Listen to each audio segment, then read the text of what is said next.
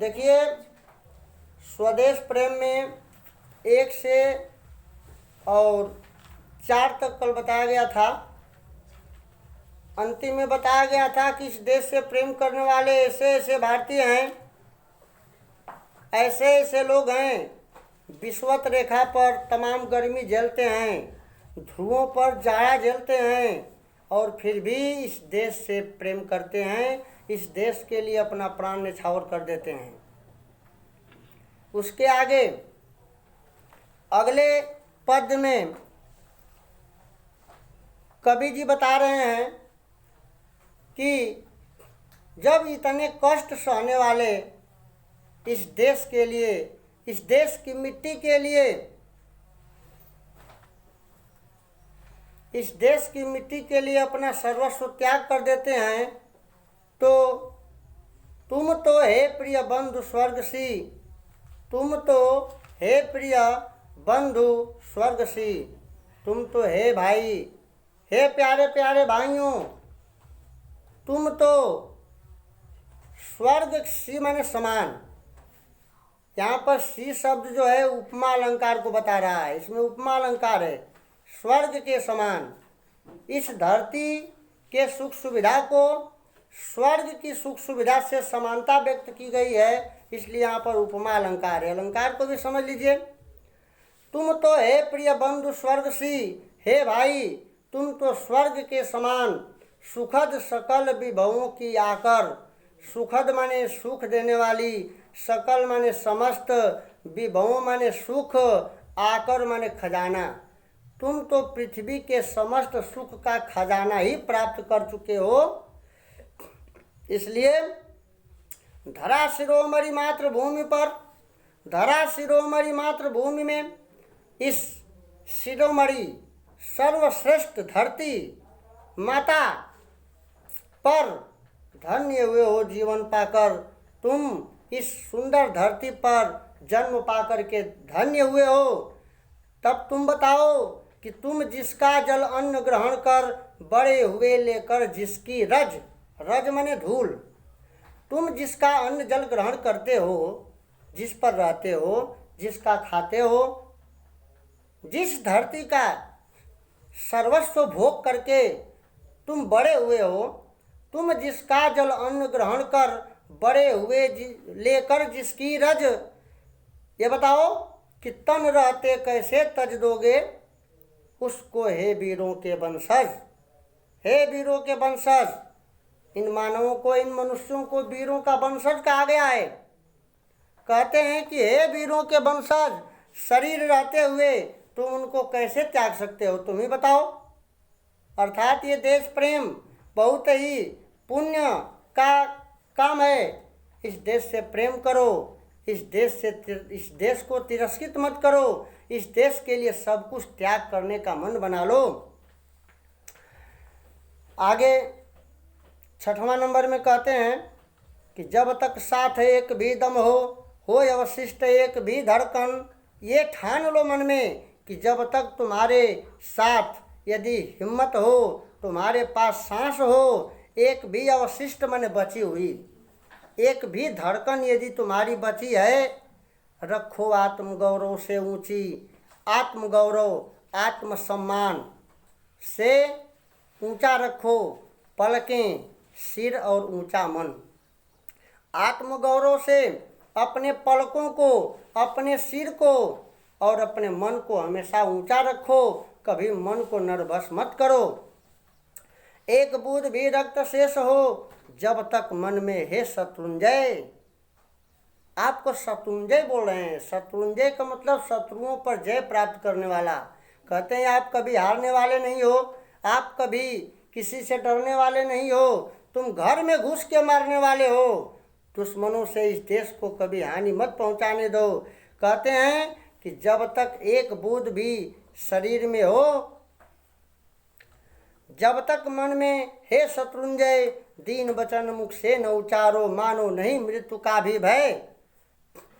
दीन वचन, कमजोर बातें, दीन वचन माने कमजोर बातें मुंह से मत निकालो, और मानो नहीं मृत्यु का भी भय, और मृत्यु का मृत्यु का डर मत मानो, मृत्यु से मत डरो। एक कवि लिखे हैं कि विचार लो कि मरते हो न मृत्यु से डरो कभी, हैं, मृत्यु से डरो कभी। कहते हैं मृत्यु से मत डरो, मरो परंतु यो मरो कि याद जो करें सभी। अगर इस देश के लिए मरोगे, दुनिया गान गाएगी तुम्हारा। आज जो हमारे वीर सैनिक सीमा पर शहीद हो जाते हैं, उनके लिए देश श्रद्धांजलि देता है, सब लोग याद करते हैं, उनकी मूर्तियां बैठाई जाती हैं, कितना सम्मान होता है उनका, और वे वीर गति को प्राप्त होते हैं, उनके लिए तालियां बजती हैं। अब बाकी मरने पर किसी की तालियां बजती हैं? कहते हैं कि हे शत्रुंजय, आप इस देश के लिए तनिक भी डरो मत, दुश्मनों से लड़ते रहो।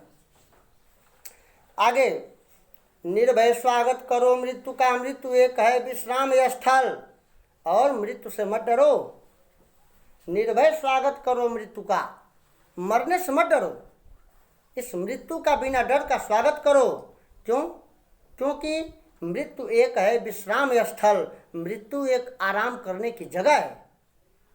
जो पा जाता है वो खूब आराम से रहता है, एकदम पूरा बुखार, पूरा खांसी, पूरा सर्दी, पूरा जुकाम सब खत्म हो जाता है। मृत्यु आ जाती है तो बड़े से बड़े कैंसर का इलाज तत्काल हो जाता है, उसका दुख सब समाप्त हो जाता है।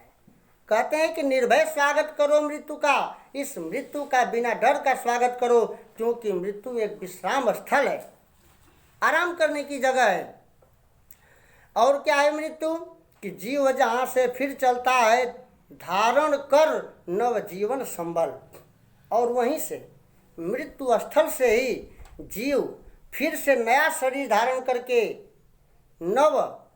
धारण कर नव जीवन संबल, नया जीवन का सहारा धारण करके जीव वहाँ से फिर चलता है इस धरती पर। मृत्यु खराब नहीं है। कवि जी कह रहे हैं कि मृत्यु ऐसा जगह है कि जहाँ से जीव फिर से नया सहारा जीवन का पा करके और फिर इस धरती पर आता है। इसलिए निर्भय स्वागत करो मृत्यु का, मृत्यु का स्वागत करो, मृत्यु से मत डरो। अमृत्यु एक है सरिता जिसमें, और मृत्यु वह नदी है, सरिता माने नदी, मृत्यु एक सरिता है जिसमें श्रम से कातर जीवन आकर, ये पूरे जीवन काल में जितना मेहनत आदमी किया रहता है, श्रम से कातर माने मेहनत से थका हुआ जीव इस मृत्यु रूपी नदी में नहा करके क्या करती है? फिर नूतन धारण करता है। यह मनुष्य नूतन माने नया, फिर नया धारण करता है, काया रूपी वस्त्र बहाकर अपने इस पुराने वस्त्र को बहा देता है और नया वस्त्र धारण कर लेता है। ऐसा ये मृत्यु है। अंत में कहते हैं कबीर जी की सच्चा प्रेम वही है जिसकी तृप्ति आत्म बल पर हो निर्भर। कितनी अच्छी बात है कि सच्चा प्रेम क्या है, गुड लव क्या है। सच्चा प्रेम वही है जिसकी तृप्ति आत्म बलि पर निर्भर हो। अगर प्रेम करने वाला अपने को न्यौछावर करने की क्षमता रखता है तो वह सच्चा प्रेम है। आजकल का प्रेम ऐसा नहीं हो रहा है। आजकल का प्रेम तभी तक है जब तक कि आप एक कप चाय पिलाएंगे हमको, 2-4-10 हज़ार देते रहेंगे हमको, तब तक आपसे हम प्रेम करेंगे। अब जहाँ चाय पीना बंद किए, आप हमको फ़ायदा देना बंद किए, आपसे बड़ा दुश्मन हमारे लिए कोई नहीं हो सकता है। ये प्रेम आजकल का चल रहा है, पहले ऐसा नहीं था। प्रेम की परिभाषा अंतिम लाइन में दे रहे हैं कि सच्चा प्रेम वही है जिसकी तृप्ति आत्मबल पर हो निर्भर। जिसकी तृप्ति, जो अपने को समर्पित करके और तृप्त हो जाता है, ये सच्चा प्रेम है। दे करके खुश हो जाए वो सच्चा प्रेम है। यहाँ तो ले के लोग खुश होते हैं, देने पर तो नाराजगी हो जाती है। सच्चा प्रेम हुआ है जो आत्म बलिदान करने पर तृप्ति मिले, और त्याग बिना निष्प्राण प्रेम है। और त्याग के बिना प्रेम में प्राण नहीं रहता है। प्रेम कब पैदा होता है? जब त्याग करते हैं। हम आपको कुछ पैसा दे दिए, कुछ रुपया दे दिए, सामान दे दिए, मोबाइल ही अपना दे दिए और कुछ लिए नहीं, देखिए प्रेम होने लगेगा। एक कलम दे दिए आपको, लिए नहीं, प्रेम होने लगेगा। प्रेम त्याग से होता है। आप किसी काम में फंसे हैं, हम जाके करा दिए, उसका दाम नहीं लिए, चुपचाप चल दिए। अब हमारा दृश्य आपके दिमाग में चलने लगेगा, बड़ा बढ़िया आदमी थे, कब भेटा जाए तनी उनको थैंक यू बोल दें। ये प्रेम है, त्याग से प्रेम होता है। तो कहते हैं कि त्याग बिना निष्प्राण प्रेम है, करो प्रेम पर प्राण निछावर। इस देश प्रेम पर अपना प्राण न्यौछावर कर दो, क्योंकि त्याग करोगे तभी प्रेम बनेगा। अदेश प्रेम वह पुण्य क्षेत्र है। अदेश प्रेम क्या है? देश का प्रेम वह पुण्य का क्षेत्र है कि अमल असीम त्याग से विलसित, बिल्कुल अमल माने पवित्र, असीम माने असीमित प्रेम से, अमल असीम त्याग से विलसित। इसके लिए बहुत त्याग करना पड़ता है। आज हमारे भगत सिंह आज़ाद राजगुरु फांसी के फंदे पर लोग चढ़ गए, अपने लिए कुछ नहीं किए, हमारे लिए सब कुछ किए, मर गए। लेकिन आज उसी की देन है, राणा प्रताप घास की रोटी खाए थे इसी देश के लिए, आज उसी की देन है कि आज हम चैन से बैठ करके घोटाला कर रहे हैं, सबको परेशान कर रहे हैं देश को ही खा रहे हैं यार। कबीर जी कह रहे हैं कि देश को मत खाओ भाई, ये देश से प्रेम करो। देश प्रेम वह पुण्य क्षेत्र है, अमल असीम त्याग से विलसित। यह देश प्रेम पवित्र और असीमित त्याग से विलसित है, सुशोभित है। आत्मा के विकास से जिसमें मनुष्यता होती है विकसित, और इस देश की आत्मा का जब विकास होता है तो मनुष्यता विकसित होती है। इस देश का जब प्रेम लगता है, इस देश से जब कोई आदमी प्रेम करता है, तब समझा जाता है कि आपके अंदर मनुष्यता है, आपके अंदर मानवता है। नहीं तो यही पशु प्रवृत्ति है जो आप ही चरे। कहा गया है ना कि ये पशु की प्रवृत्ति है जो अपने अपने पेट भरता है। मनुष्य कौन है? मनुष्य है वही कि जो मनुष्य के लिए मरे। मनुष्य तो वह होता है जो एक मनुष्य के लिए मरता है।